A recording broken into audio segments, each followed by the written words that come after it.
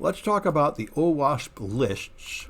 And I've got two lists, starting with this one. All right. So the Owasp is the Open Web Application Security Project. You probably don't know about it. And it's extremely influential because it makes security simple. It boils down all the risks to the top 10 risks, and therefore everybody looks at that. Managers, people that design security scanning tools and everything, because it gets it down to a reasonable, comprehensible list. And they have made two lists for machine learning. So the first one is general machine learning security risks. And here they are: adversarial attack, data poisoning, model inversion, membership inference, model stealing, corrupted passages, transfer learning, model skewing, output integrity, and neural net reprogramming.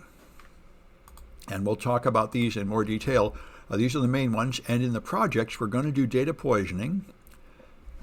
And we're also going to do evasion, which I think they didn't use evasion, which is the normal term, but I think it's one of these in here.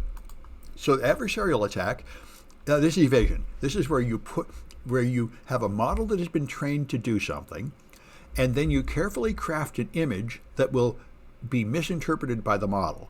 And this one popular use of this is people who make art on the internet are very upset because they think people will copy their art. And so you can add some noise to your art, which will confuse a machine learning model.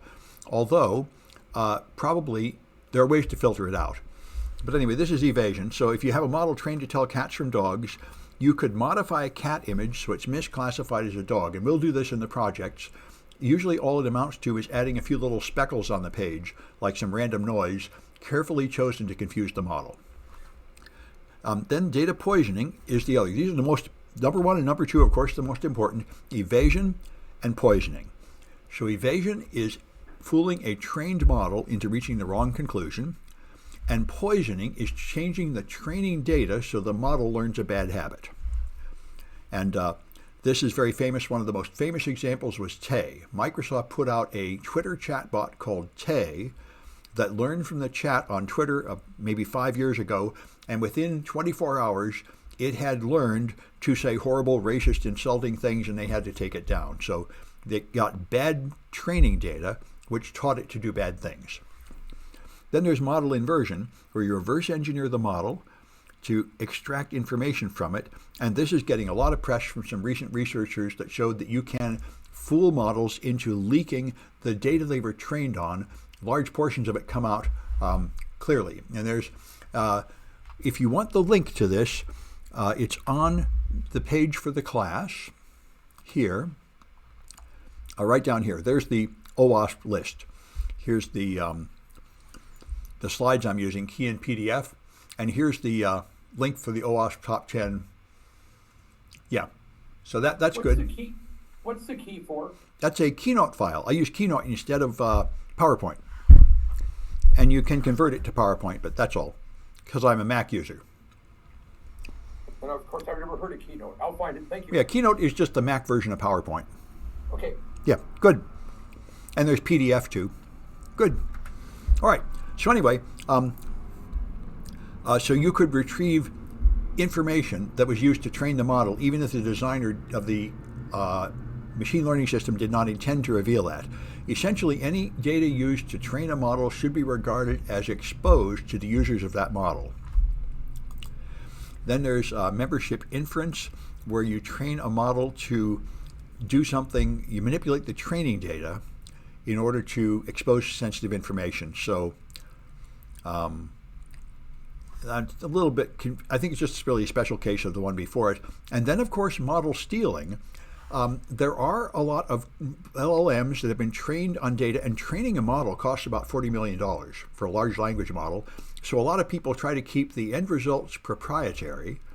And so they there are ways to use the model with a hack to deduce the weights of all the neurons, so you don't have to train your own model. You can steal the other person's training. And A. Karen says there's examples on YouTube, which is interesting. I've never seen this attack in progress, but that's an issue for people who want to keep their model a proprietary secret. Then, of course, corrupted packages, like any kind of code these days. This is the supply chain attack where you get bad libraries. And transfer learning, it is quite common that you take a model trained on one task and then fine-tune it to another. And as I mentioned, this is probably one of the biggest business cases. A company wants to have a large language model that refers primarily to their official company documentation, but they start with a large language model that's been trained on all the internet data just so it knows English structure. And then they try to add a little more data later. And so and there are ways where this fine-tuning can go wrong. And then there's model skewing, where you give fake feedback data to a system that learns from feedback. And feeding gibberish to an NLP model, yeah, that's interesting. All right, and then output integrity. Once the data comes out of the model, you might be able to modify it after it comes out of the model, fooling people. That's not exactly an attack on the model, but it is a possible threat vector. This reminds me of one of the people I consult for. They wanted to do a risk analysis for a proposed AI solution, and the risk that they understood was that the network traffic might be interfered with on the way to or coming back from the model. And of course that's true. It has nothing particular to do with LLMs, but it is more part of a risk. And then reprogramming it, somehow manipulating the parameters. All right. So that's the Owasp Top 10, and I've actually got a Kahoot about that. We might as well do that because this is pretty important stuff. Here's my Kahoots. And that's going to be this one.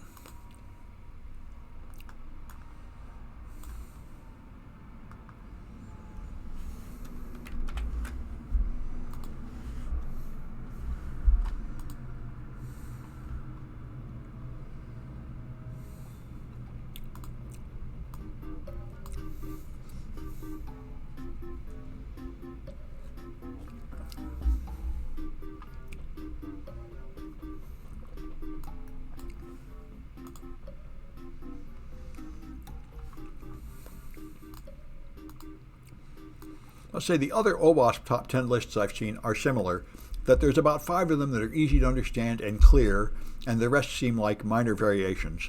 That's normal for these top 10 lists.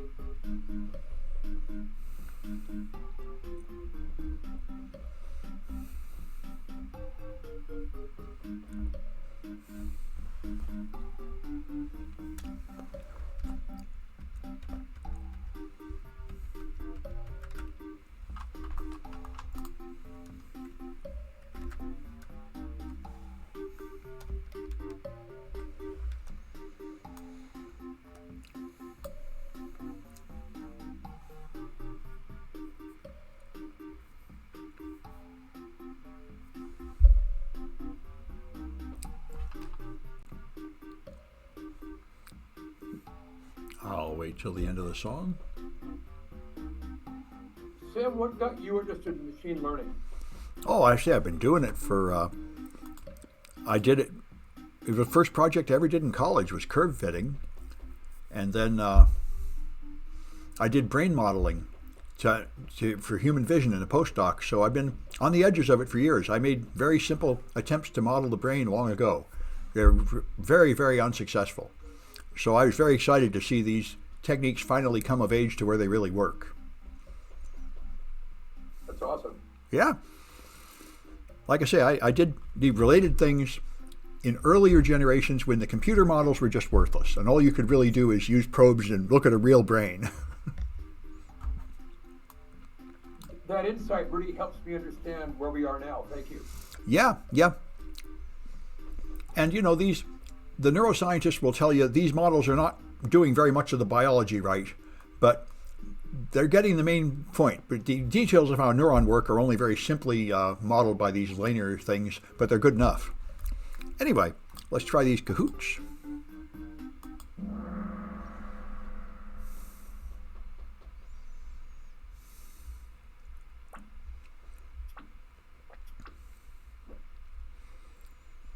All right, So a model's trained on medical x-rays, and an attacker learns patient names from it. So which risk is that?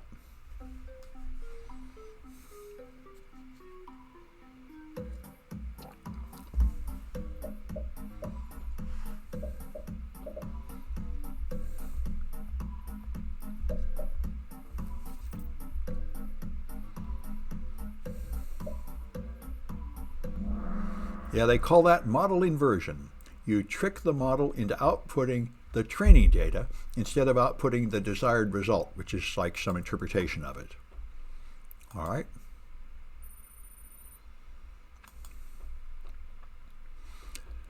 Then Tay, I described. Microsoft's Tay learned to say rude things. So which risk is that?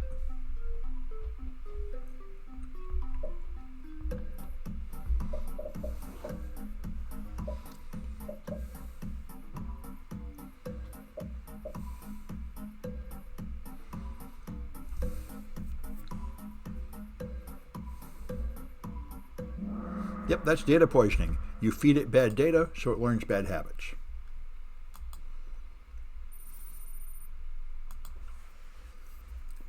All right, so you wear a hat. You can get these with shiny things on it just to confuse facial recognition. So what's that? I've seen t-shirts too. They have them at DEF CON and such. And I think even facial makeup sometimes.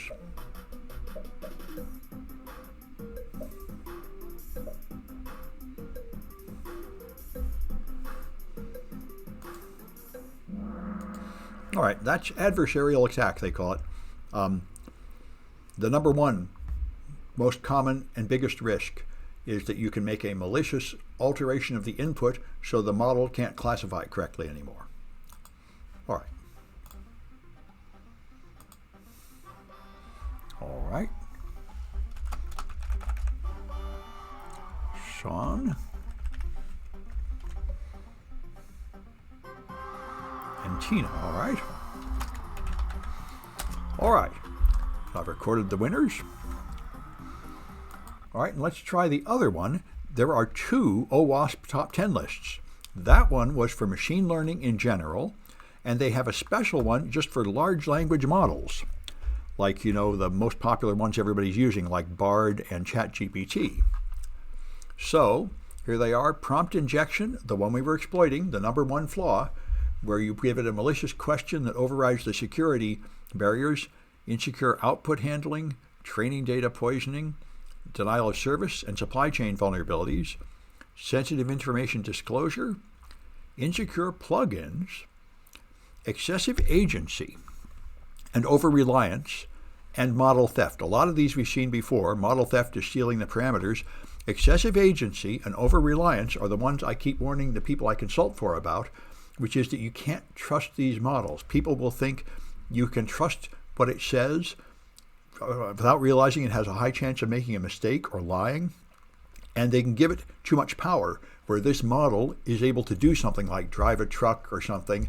And again, that's a form of trusting it, thinking it's going to have common sense and things like that, which it isn't. An example of this, I think, is Tesla's self-driving. People just, they tell you should watch the road, but people don't. They trust the self-driver, and the AI self-driver is not really as smart as it should be to be trusted in that way. So, prompt injection we talked about. You've done it with the Gandalf thing. You understand that quite well. You ask it a question in a way that confuses the model and causes it to do what it wasn't supposed to do. People have succeeded in getting the public models to tell you how to make poison or write malware by saying, you're a character in a movie, you're playing the bad guy, I'm trying to write a script, and the bad guy is making a bomb, so what does he do? That sort of thing will often do to fool it into bypassing its security barriers. And of course, output handling, when some downstream component accepts the output with scrutiny, so you could make a malicious output that confuses the next layer with something like SQL injection.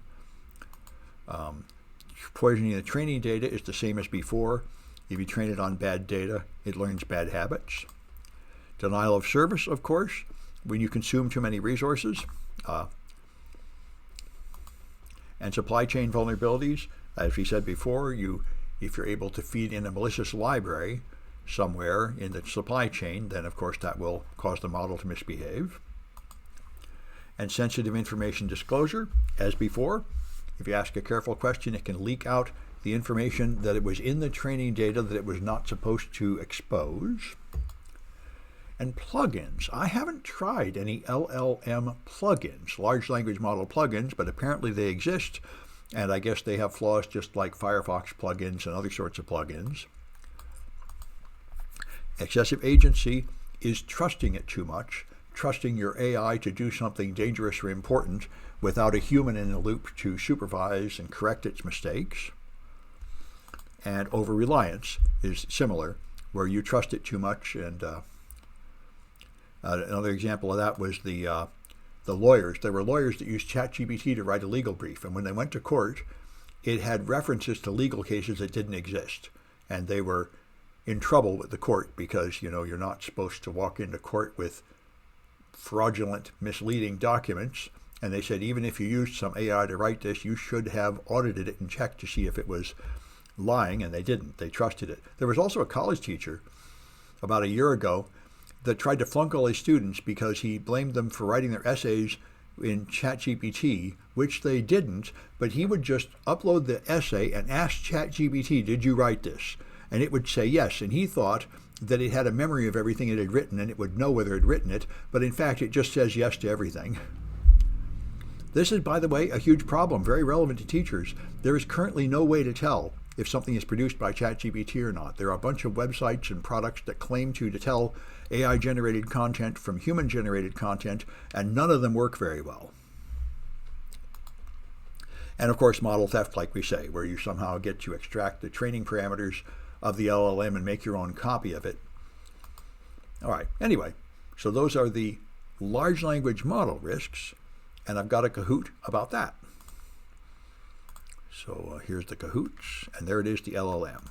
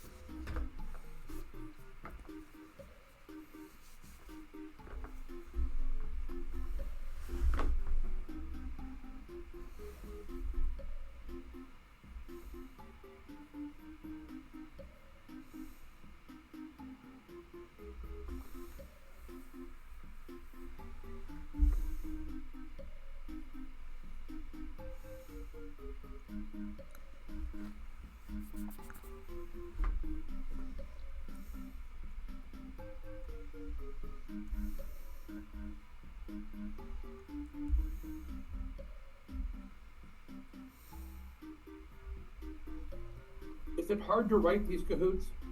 No, they're just the same as quizzes. Nope, not hard at all. You just have to copy and paste into a little form on this website. It's free? Yeah, it's free. Although the free version only lets you go up to 10 students. You have to pay something to get more, although most colleges have already paid for Kahoot subscriptions for their professors. But it's very nice. I learned it from the Air Force's high school training thing, I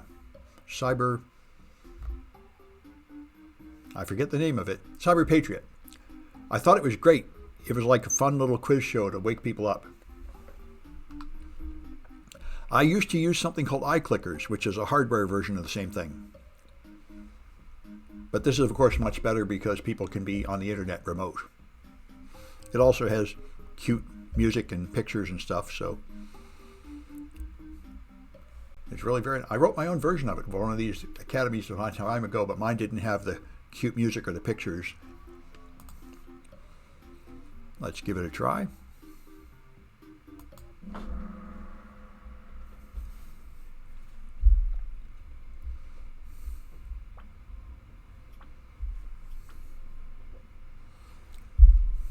All right, Yeah, this is the one I mentioned. Lawyer made a legal brief, but it included false references. So what's that?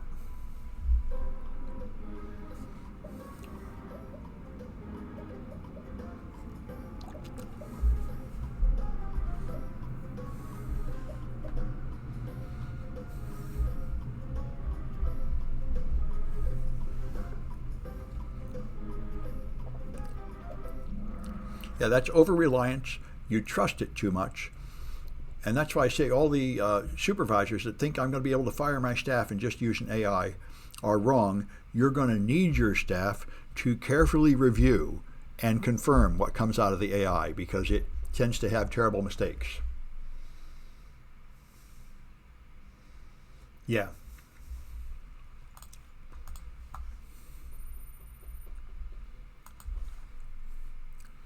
All right, so public LLMs are trained on web data, including alt-right sites. So now you can get lies about the election and such. So what risk is that?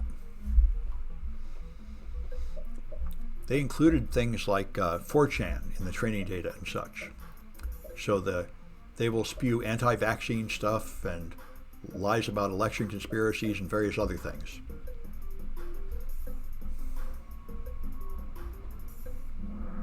Yeah, and that's your training data was not good. So of course the model has learned to do what it saw in the training data. It doesn't have any common sense. It just repeats what comes in.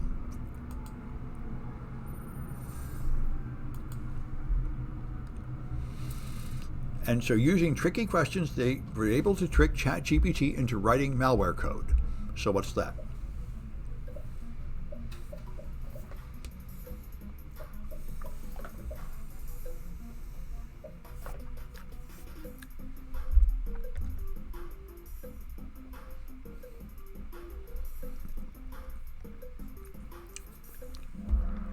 That's prompt injection. By the way, the malware code was really very primitive and basic. One thing people have been trying to scare us with for years is that AI will write this super new duper malware that will be very hard to stop. And so far, that is not true. The automatic coders aren't that good. But, they might get that good. But right now, I think they're not much better than sort of a student in your programming class that would get a C. They write, sort of barely adequate code, but nothing very surprising, nothing very new, nothing departing very much from just standard examples you'd find in a textbook.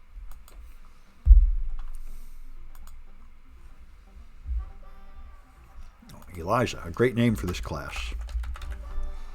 And Tina.